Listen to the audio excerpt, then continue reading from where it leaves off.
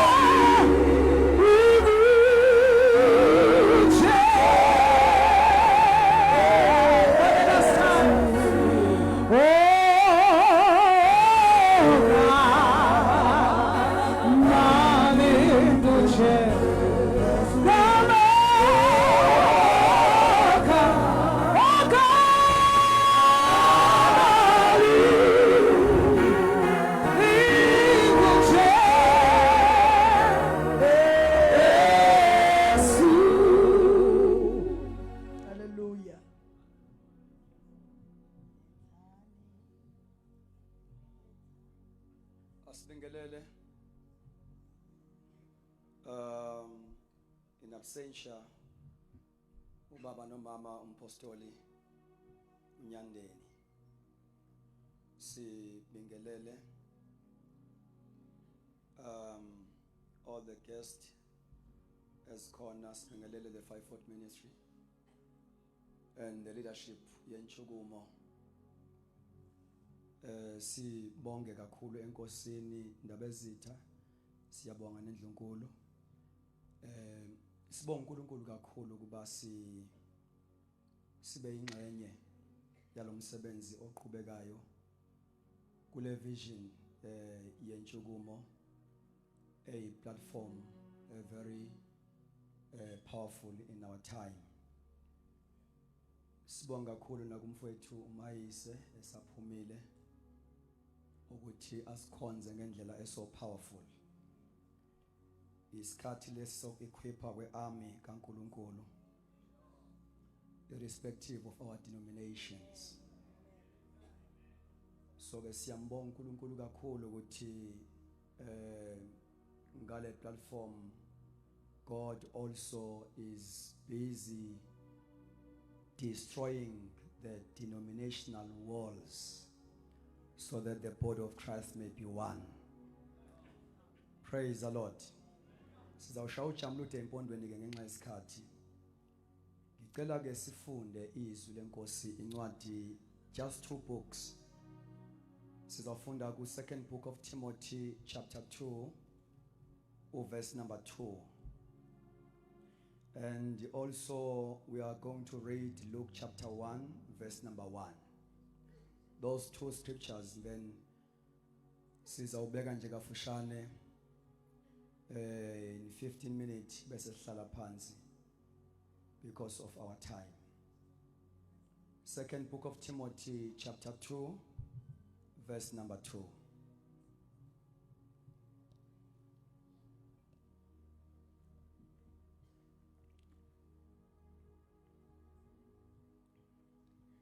Verse number 2. Lokho okuzwileyo kimi phambi kofakazi abaningi, lokho ke kubeke kubantu abathembekileyo abaza kuba namandla ukufundisa nabanye.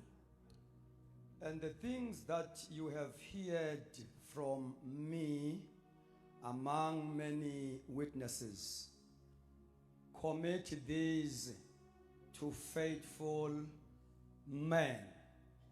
That is my topic for this night or morning, I'm not sure. We're going to speak about faithful men. Commit these not to anyone.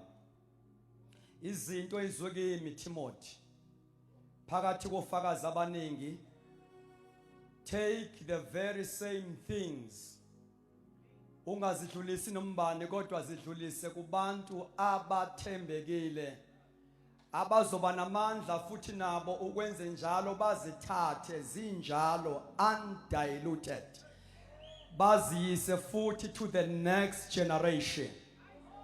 And nakulo generation, faithful men must arise to take those things that must not change, zadluliswe futhi to the next generation. Glory to God. Akezivala amehlo. Baba wethu namandla onke siyabonga. Ilamando shala mahama sukapala. Izwi lakho liyaphila. Izwi lakho liyadala. Izwi lakho linguwe. Aliguquki from generation to generation. Ingakho Nkosi umbhalo wamaHebheru uthi you remain the same God yesterday, today and forever. Siyabonga Baba, speak to us namhlanje wenzele igama lakho udumo in Jesus mighty name. Amen. Ngiyacela abathandekayo, ngiyazi ukuthi sekusentathakusa. Kodwa ngicela indlebe yenu. Mhlawumbe ngeke ngivuthe. Kodwa ngifuna ukuba ngethembeke njengoba ngizokhuluma ngabathembekile nje. Nami kufanele ngithembele to pass this message as it is. Now uPaul lana ke uma ethi izinto ozizwe kimi phakathi kofakazi abaningi, take the very same things uzadlulisele kwabanye abathembekile. He's not speaking about his sermons. He's not speaking about his preaching or sermons, if I may put it in that way. Alibonga igama lika Jesu. Kunezinto ezizinkolelo zebandla labapostoli, the New Testament church. Doctrinal beliefs. Kungamele zishintshe izinto that sustains the church. Izinto ezenza ibandla lika Kristu libe effective throughout generation, libe effective, libe successful. Now ibandla ke alisustain ngama sermons elika Kristu, alisustain nangama revelations mahle, kodwa kunezinto ezimise ibandla maliqala. Alibonga igama lika Jesu. Okufana ukuthi lezo zinto ezimisa ibandla sazi ukuthi azinakuguquka. kumele lezo zinto zithathwe zidluliswe to the next generation, zithathwe ngabazothembeka. Uyazama ukukhanyisa lapha uLuke chapter 1. Ngizomfunda mina. uLuke chapter 1 verse number 1 up to verse number 3, but I'll read only one verse. Uthi, for as much as many have taken in hand to set forth in order a declaration of those things which are most surely believed among us. Kunezinto that are most surely believed among us as a church, as a body of Jesus Christ. Yilezo zinto ke okufanele ukuthi zadluliswe from generation to generation. Zadluliswe zi-undiluted. Uthi kuPaul, izinto lezi esikholelwa kuzo. Webazalwane, asibi munye ngokusonta ndawonye as a church of Jesus Christ. Siba munye, into esihlanganisayo sibe munye, sihlanganiswa yilezo zinto that are surely believed among us. Umikholwa into engikholwa kuyona simunye. Akudingi ukuthi uzosonta nami. Umumi kuma doctrines engimi kuwona, we are one. Ibandla lika Kristu lihlanganiswa yilezo zinto atuthi uLuke la. Those things are things that are surely believed among us.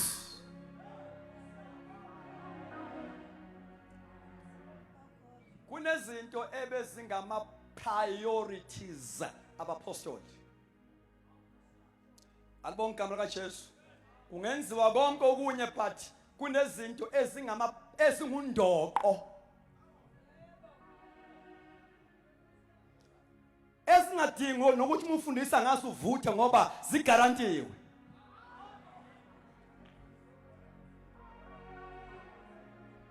Engadingi nokuthi uma uzipresenta uzama ukimpress abantu ngoba zigarantiwe. Surely believed among us.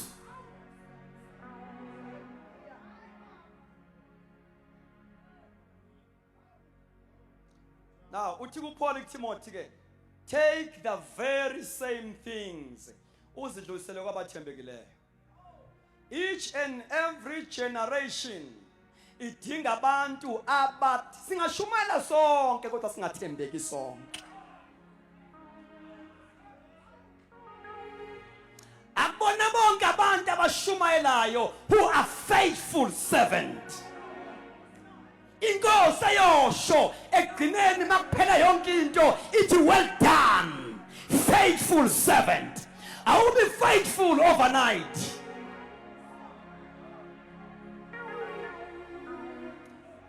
Njengoba ngila ngisebenzela faithful servant at the end of the day. Ngisebenzela well done, hayi imali, hayi udumo. Ngisebenzela well done, faithful servant.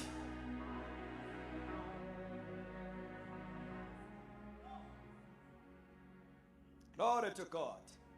Now God is looking for faithful men, not dynamic preachers, not miracle workers, but is looking for faithful men.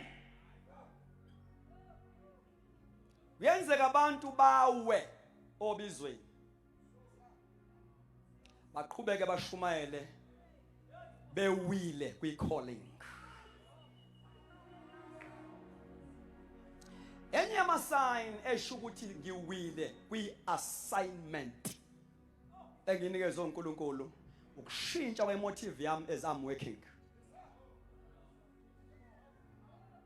Ngoba uNkulunkulu kathatha ukuthi ngiyashumayela, uthatha why. Why are you doing what you are doing? The motive.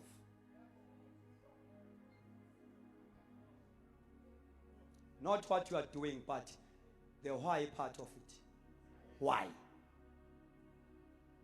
So, kuyenzeka ke ngishumayele sengiwile. Kuyaweka obizweni. Abantu abawi kuphela emseni bawa nasobizweni. So isign is a change of motive. Into engiyenzayo is no longer for God to be glorified. Angisasebenzi as the one who is sent. Angisasebenzi as the one who is sent by God. Njengomuntu okulindelekile ukuthi report at the end of the day. Alibonga igama lenkosi. Now we're saying each and every generation, God is looking for a faithful man who will pass things that must not change. Nabona mabekala bengena kwi local church yokuqala kwi first century mawuqala umsebenzi kusindiswa 3000 ibandla liyanda liba 3120 mabefika eJerusalem ngitheke abapostoli there were things that they were priority ekusebenzeni kwabo mabefika nje lithi iBhayibheli they devoted themselves to the apostles' doctrine, not sermons. Doctrine. Something that sustains the church. So, doctrine is one of those things as a priority. Abatanga besindiswa wasake announce ukuthi hayi soba ne miracle night. No, they devoted themselves to the apostles' doctrine. Ibandla ke lika Jesu la eSouth Africa liye lakhula ngokwanda. La ngakhula ngokujula. Sibaningi kodwa we have never grown in depth. Why? God is missing faithful men. Okuzothi mabesindiswa abantu sibekwe isekele. Sibekwe isekele. Singabi novuthane lungavuthiwe. Sibekwe isisekelo.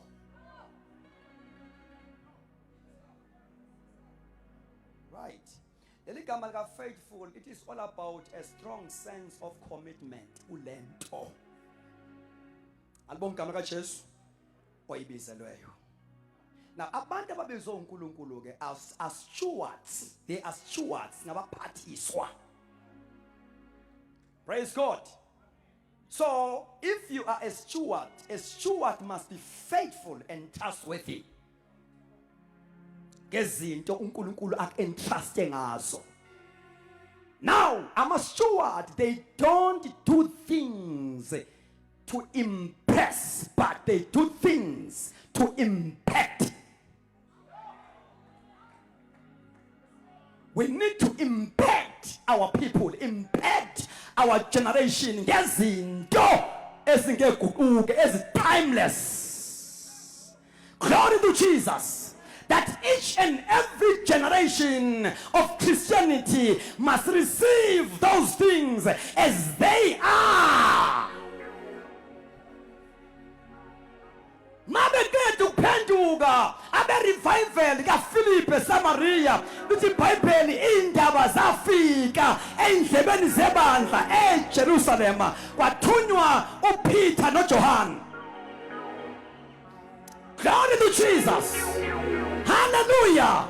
Lithi iBhayibheli ngoba base betholile ubhabhadiso lwamanzi. Now into esisele manje ilento ukuthi bathola ubhabhadiso lukamoya.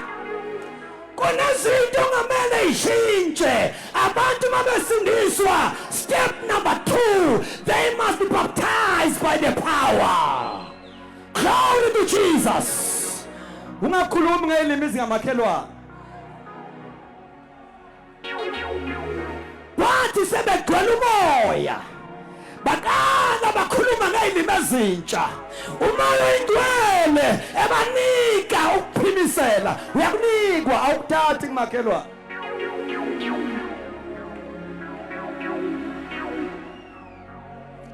yakunikwa have your own utterances ngoba ijulisiwe indaba ake sithi ngegama lika Jesu izinto ezizwe kimi Timothy into ezizwe kimi ungayishintshi funeka abantu abazothembeka bangayishintshi ibandla leli bangalimotivate banikeze izinto ezingeguquke hallelujah banikeze izinto that are most surely believed among us izinto that sustains the church of the living God. Take the very same things, Timothy, and pass it to the next generation. Yabantu abathembekile nabo futhi ababa namandla okuyithatha bayidlulise kwabanye. Faithful man. Biblical qualifications of faithful men. Who are those people? Then I'm going to sit down. Now, I'll just give you the marks.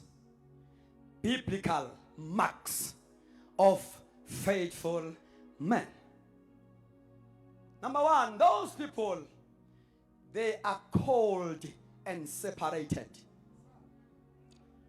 Called and separated. Baningi ababiziwe kodwa bayifew abaseparated.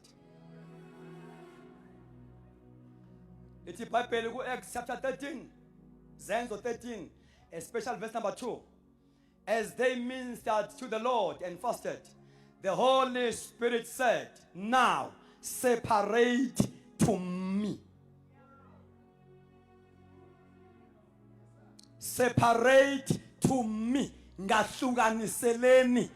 Separate to me. Before nje bazoqala basebenze, they must be separated.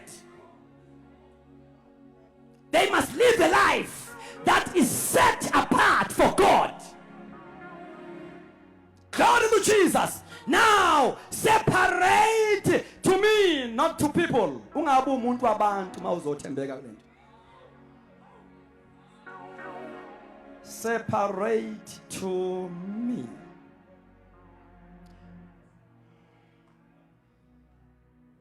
Separate to me, not even to your denomination. Faithful men akubona abantu ababizwe isonto abakhonza kulo. Laba promoter la to right ungaba umfundisi wethu. No, not those people. People who have heard from God. And they are fanele uthi ula kuleli cawe lakho ube separated to God.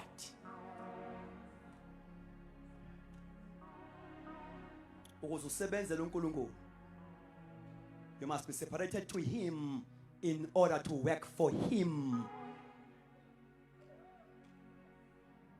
Yabonakala mawusebenza ukuthi yes yashumayela, but separation yakho is not unto God. Shumayela ukuthandwa wena. Shumayela udumo. Shumayela ama invitations. You are not separated unto God. Fanwazi ukuthi mawubeziwe kunendawo ozocela kuzo ushumayela ungaphindi umenywe. Because you are not separated to people, but you are separated to God. So these people, faithful men, were speaking about people who are called and separated. Number two, these people, they've got a sound doctrine. Abafundiseli bayazi into abayiphethe. Sound doctrine. Two, sound character. Sound character. Uthi uPaul uTimothy yima kuloko kufundisiwe. Bese wazi futhi ukuthi uthathe kubani. Athi ziqaphele wena nesifundiso sakho. Ungashumayela ungayiqapheli. Your doctrine must be in line with your character. Those are faithful men. Hayibo, sikhuluma ngabathembekileyo. Those are faithful men. Abangakhomba indlela abangayihambiyo. Sound character. 2 Timothy 3:10. Uthi, but you have carefully followed my doctrine. Number 1. 2, manner of life.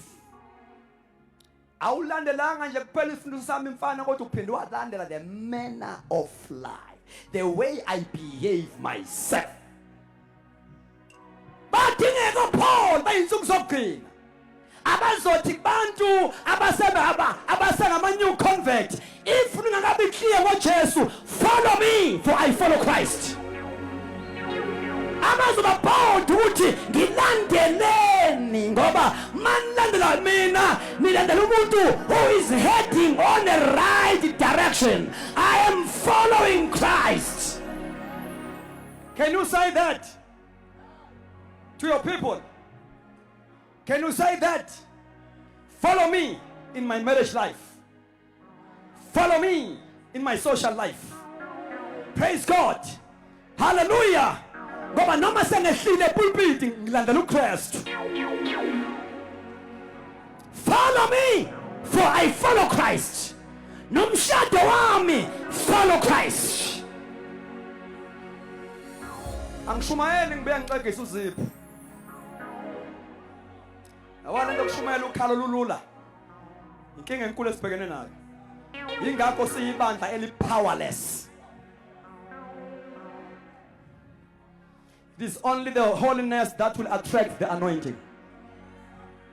You can pray. If there is no anointing, if there is no holiness, I mean to say, holiness attract the anointing. Ingakho uSamson esesebungcweleni as umnaziri kaNkulunkulu, the anointing remained. But mhlawa mesapha ugcobo lwathutha. Wathi ngizawuvuka njengemihla. Kama emagama ngizohamba ngeexperience. Engazi ukuthi uNkulunkulu usesukile kuyena. Wabathandekayo. Ngiyayithanda lento yokuthi uMoses uma ngabe ehla entabeni after 40 days and 40 nights, wayengazi uMoses, wayengazi ukuthi glory phe kwakhe kwakwazi abantu. Ngiyathanda ukungazi kukaMoses, ungazi angakuthanda kaSamson.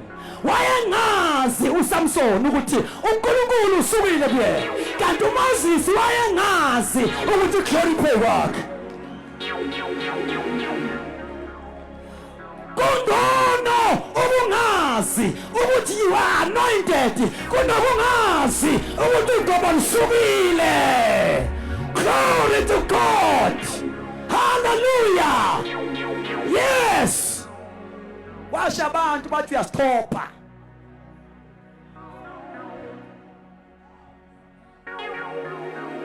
Kungono ungazi ukuthi ngembethe, kunokungazi ukuthi ingubo isisukile.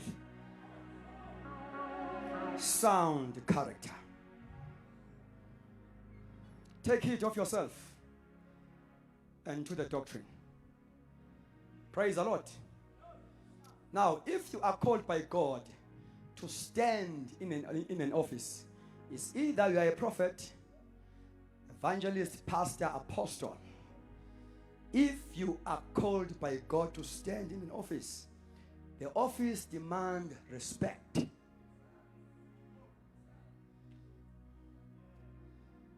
So that people will respect the office that you are in. We've got many men and women of God who are careless, yet they operate in the office. Uthi uNkulunkulu la singohlala phansi. Mabehlukanisa uBarnabas noSaul.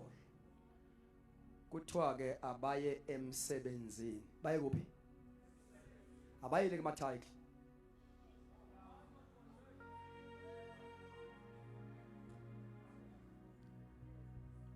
Baye emsebenzini. Abayile kumathayiki. Baye emsebenzini. God is looking for workers. God is looking for workers. Glory to God. And okunye kubalekile lapha ongama marks of faithful men ukuthi abantu they are not selling the truth, but they buy the truth. They are not selling the truth, they buy the truth. Webazalwane, into yokubizwa uNkulunkulu iyafelwa.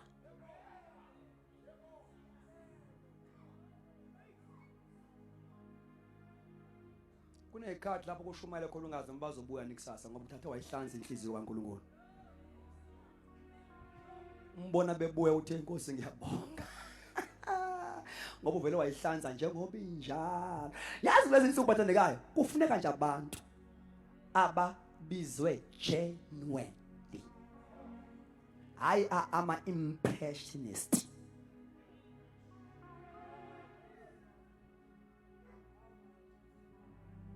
The last one, they don't preach for self-gain. Thando Philip, Paul mayele balobela base Philip 1 verse 15 and 18. Uthi ngithande ngePTP. Uthi it is true that there are some who preach Christ out of competition and controversy.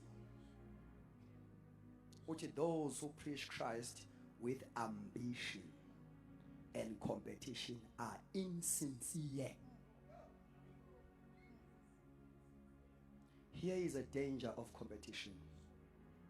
Kubantu ababezwa uNkulunkulu. Yiyo le competition eyenze abanye bethu ba diverta baya kuma altars because they want to meet the standard. Ngivamukutshela amahamento ukuthi akusasona isikhathi leso ukuthi uhambe uyihloma noma phi. Ngoba isikhathi lesi sama altars. Yes, abanye they can preach heaven down kanti before beze la bakhothwa zinyoka lapha. Banama kamera angangenwa umuntu.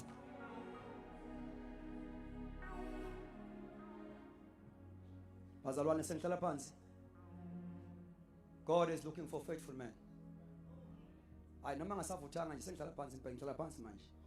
Abantu abazokwazi ukuthi pass on izinto ongamele zibe diluted. Now, fanele beshoke ukuthi the hand of the Lord is upon you.